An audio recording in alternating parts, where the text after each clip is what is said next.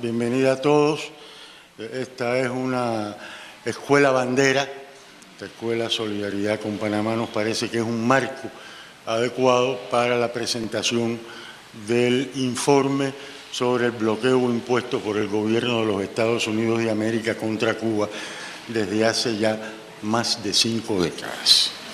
Como ustedes ven, el título de esta presentación que yo les voy a hacer es exactamente el mismo título de la resolución que desde hace 22 años, repito, 22 años, se viene aprobando sistemáticamente por la Asamblea General de las Naciones Unidas. Pero lo más interesante y grave es que ese fenómeno, ese bloqueo económico, comercial y financiero de los Estados Unidos contra Cuba se mantiene en su totalidad. Se mantiene en su totalidad a pesar de su tiempo de duración, a pesar de la condena de la comunidad internacional prácticamente en su conjunto. No solo se mantiene, sino que además se agrava y además se mantiene y se agrava sin que exista la menor justificación política, ni ética, ni moral, ni económica para hacerlo. La semana pasada, el presidente Obama, presidente de los Estados Unidos de América, como hace cada año, prorrogó la Ley de Comercio contra el Enemigo. Es una legislación, una medida de guerra invocada en el año 1917, en el momento en que Estados Unidos entra en la Primera Guerra Mundial para restringir el comercio con lo que denominaron estados enemigos. Y el 17 de enero de este año se firmó la Ley de Asignaciones Consolidadas correspondientes al año 2014, que reitera la prohibición del financiamiento de autoridad por parte de las autoridades bancarias de los Estados Unidos a varios países, incluyendo Cuba. ¿Por qué yo les menciono estos dos hechos? Se los menciono porque cuando hablamos de bloqueo no estamos hablando de una sola medida, una sola ley, una sola acción. Estamos hablando de todo un entramado de medidas, de legislaciones, de disposiciones del gobierno de los Estados Unidos que a lo largo de los años han venido consolidando el bloqueo y lo han venido haciendo más férreo e insostenible. Ahora, como ustedes ven en la pancarta, el gobierno de los Estados Unidos mantiene la falacia de que Cuba es un Estado promotor del terrorismo internacional. Y esa falacia, la inclusión de Cuba en la lista de estados promotores del terrorismo que elabora el Departamento de Estado de los Estados Unidos cada año, no es más que un pretexto adicional para el mantenimiento del bloqueo, para el mantenimiento y para su agravación. Obviamente no es ningún secreto que jamás desde Cuba se ha organizado, ni financiado, ni preparado, ni ejecutado acto terrorista alguno contra los Estados Unidos. Por el contrario, Cuba sí ha sido, y las cifras de compañeros muertos, de compañeros incapacitados, así lo demuestra, víctima del terrorismo desde momentos muy tempranos del triunfo de la Revolución Cubana. Cuando el bloqueo se instaura, un buen señor llamado Lester Mallory, subsecretario asistente de Estado del gobierno de los Estados Unidos, elaboró un memorándum. Eso fue, si la memoria no me traiciona, en el año 1960. Y hoy, estamos en el 2014, hoy los objetivos que planteaba el señor Mallory en su memorándum para instaurar el bloqueo de los Estados Unidos contra Cuba siguen manteniéndose intactos. son que el objetivo del bloqueo es para provocar el hambre, la desesperación y el derrocamiento del gobierno cubano. Fíjense bien en esas palabras: hambre, desesperación. En otras palabras, ¿alguien puede negar que esta acción para provocar el hambre y la desesperación no forme parte de aquellos actos que condena la Convención Internacional contra el Genocidio? ¿Alguien puede negar que lo que se persigue y lo que persiguió el señor Mallory, que sigue vigente, fue genocidio contra el pueblo cubano? Y en virtud de esa legislación, de esas legislaciones, Cuba no puede exportar o importar libremente de Estados Unidos.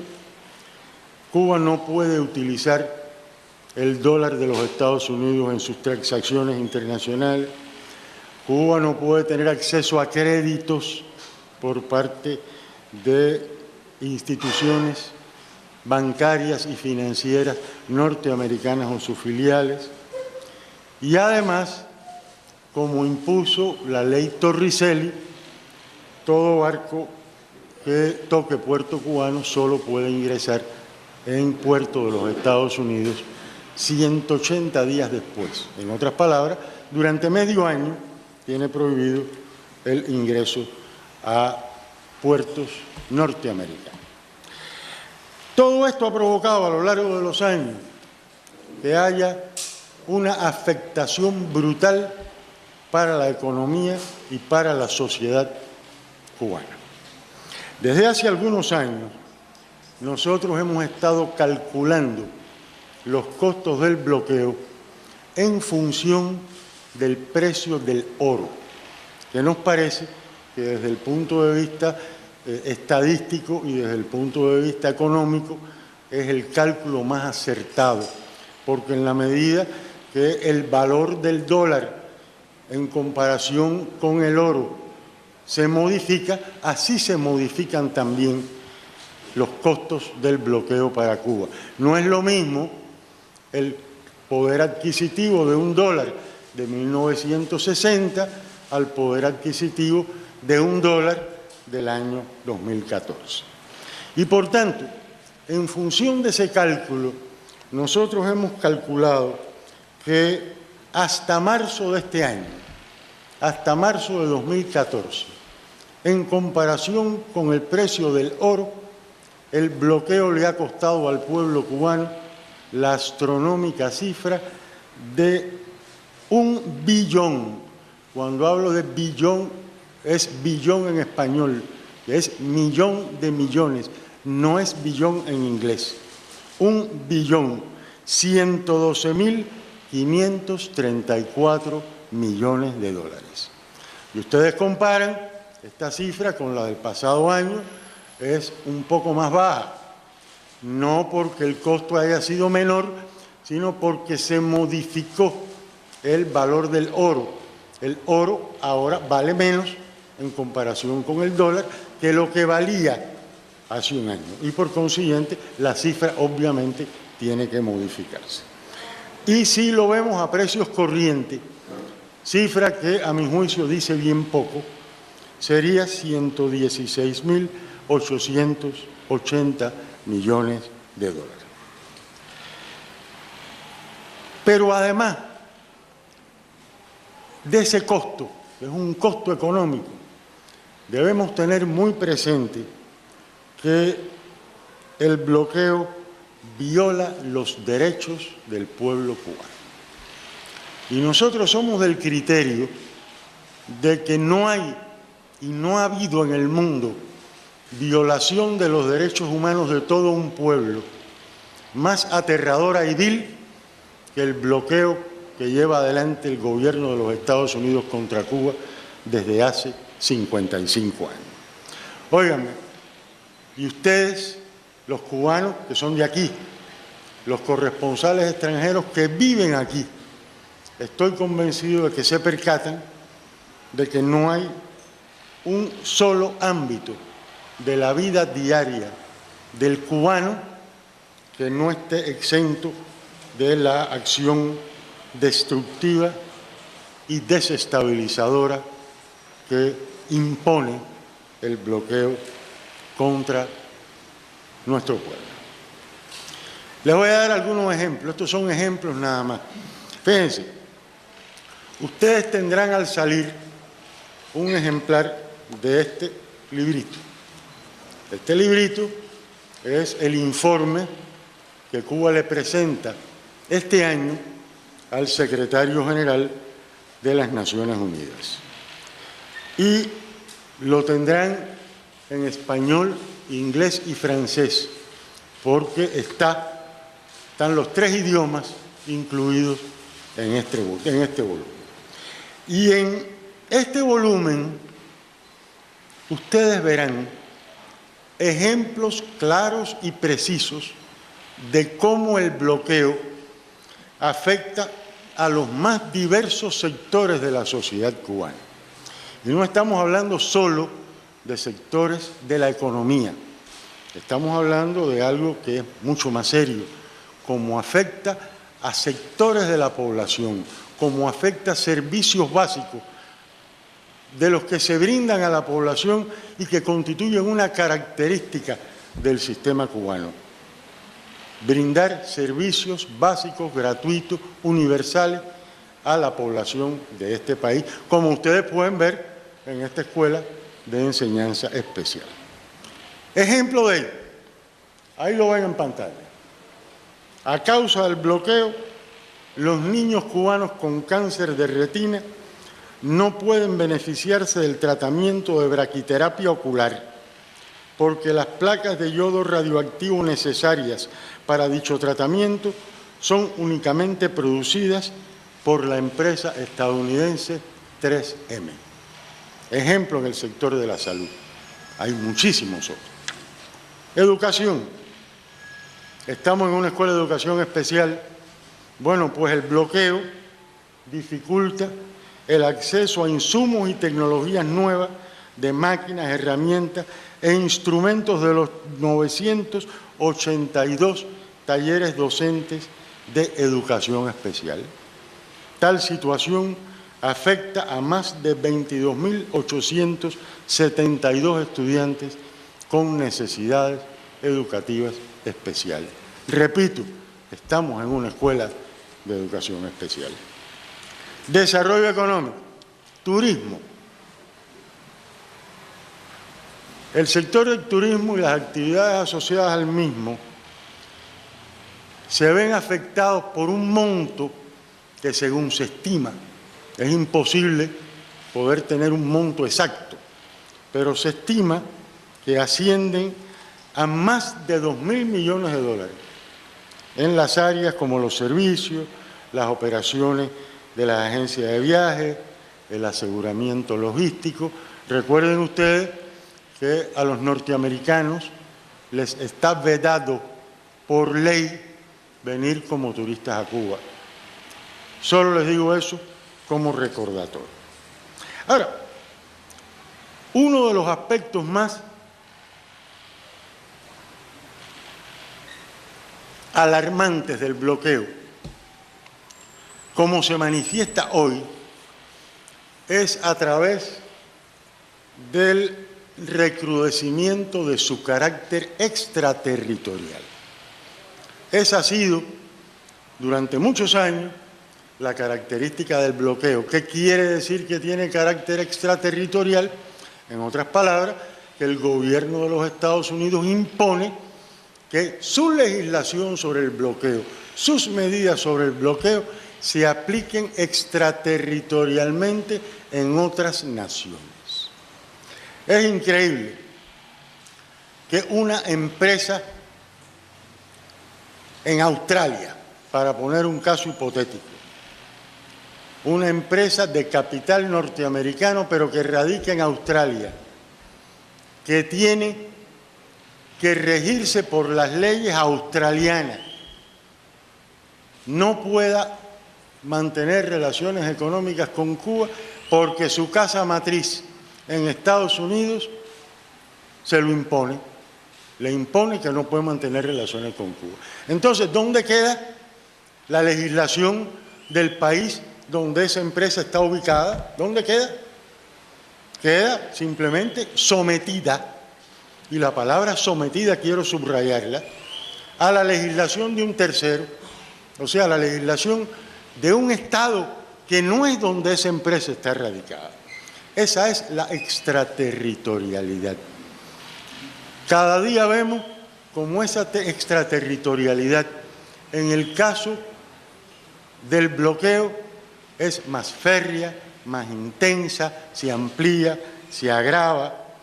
Y lo peor del caso es que se ha convertido ya en una verdadera guerra financiera contra Cuba, en una persecución financiera por parte de la OFAC, la Oficina para el Control de Activos Cubanos del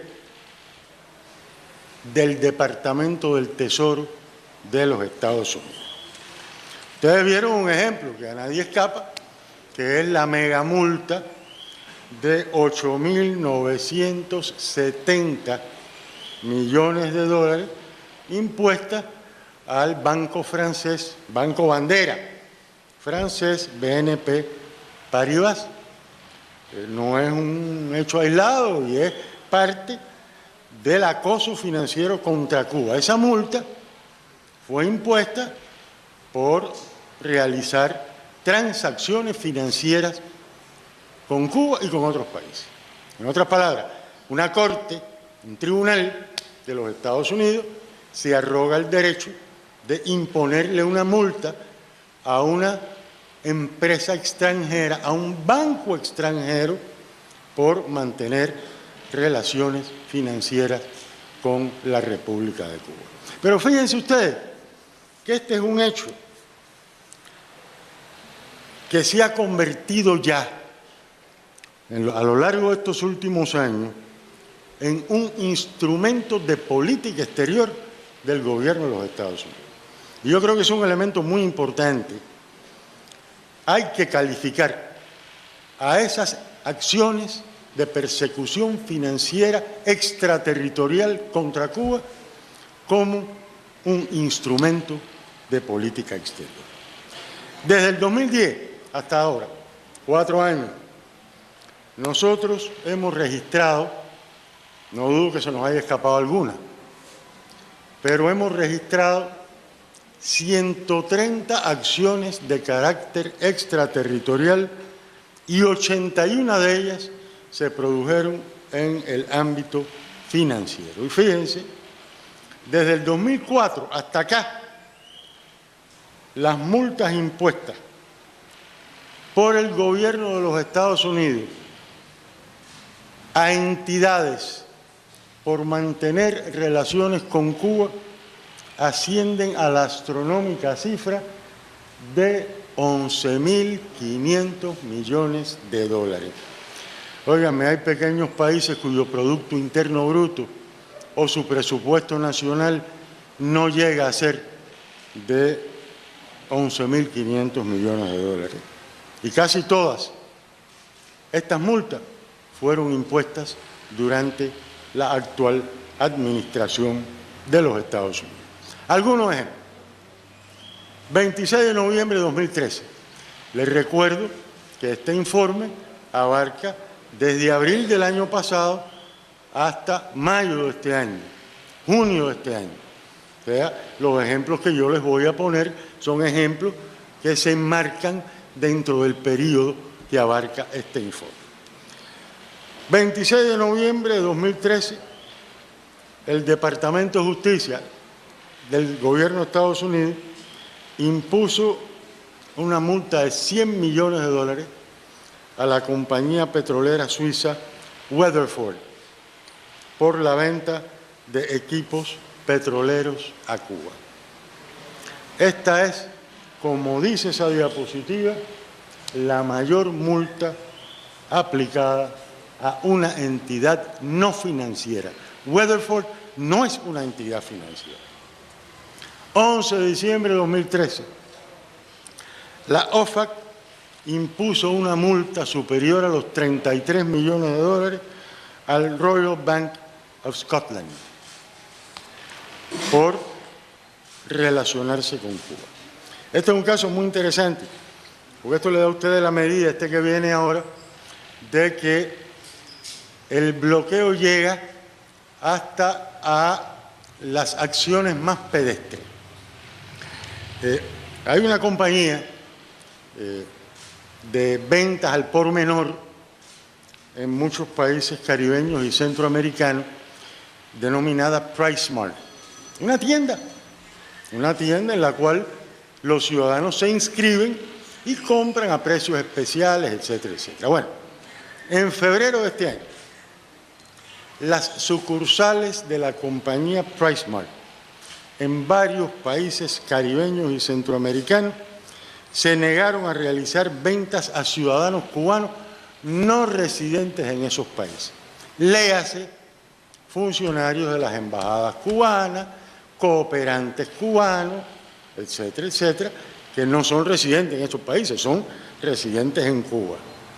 Y las gerencias de PriceSmart invocaron la legislación estadounidense para ejercer esa prohibición.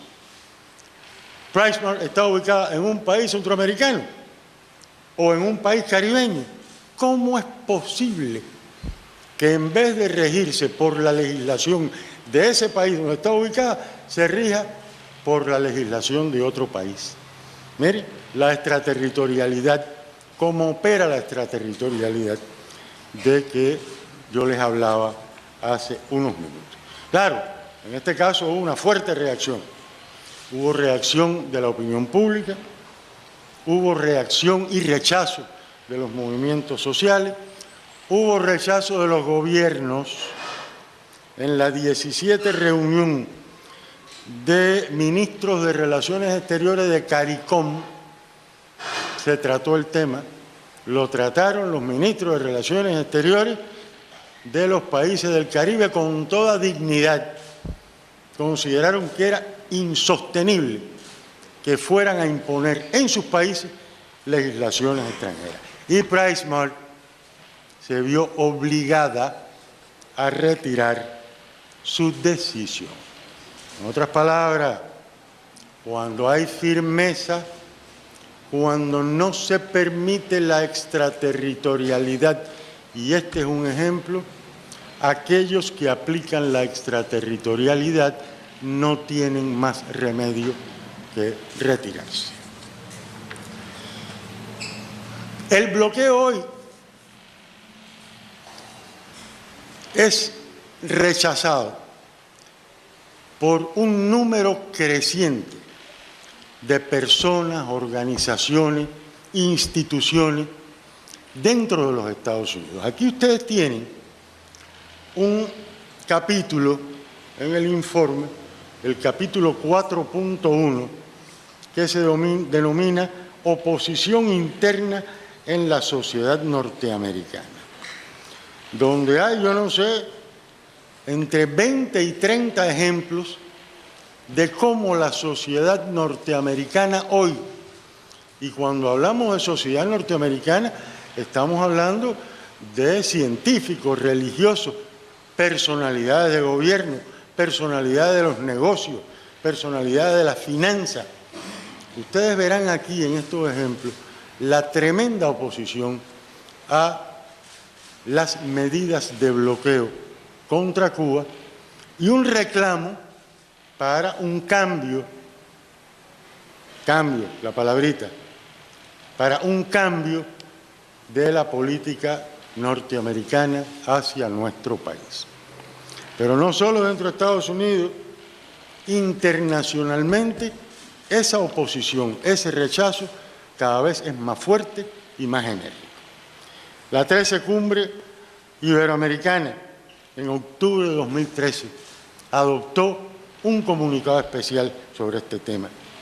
La CELAC, aquí en La Habana, 28 y 29 de enero de 2014, además de incluir el tema en la Declaración de La Habana, con toda fuerza, aprobó un comunicado especial rechazando el bloqueo y demandando que se le ponga fin.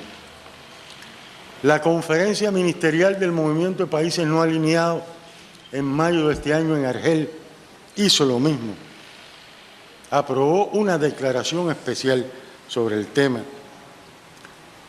El Grupo de los 77 y China, reunido en Santa Cruz de la Sierra, en Bolivia, en junio de este año, reiteró también su rechazo al bloqueo.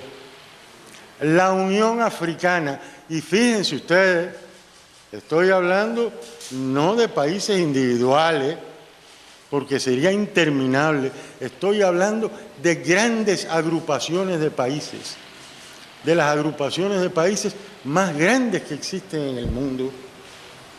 La Unión Africana, en junio de este año, reiteró una vez más su rechazo al bloqueo y demandó su eliminación. Ahora, todo esto lleva a un resultado, y ese resultado es que, al igual que años anteriores, el día 28 de octubre de este año, dentro de poco más de un mes y medio, Cuba presentará una vez más su proyecto de resolución titulado Necesidad de poner fin al bloqueo económico, comercial y financiero impuesto por los Estados Unidos contra Cuba. Ustedes recordarán que históricamente una mayoría abrumadora de la comunidad internacional, solo con un par de excepciones normales, ha apoyado la necesidad de poner fin al bloqueo.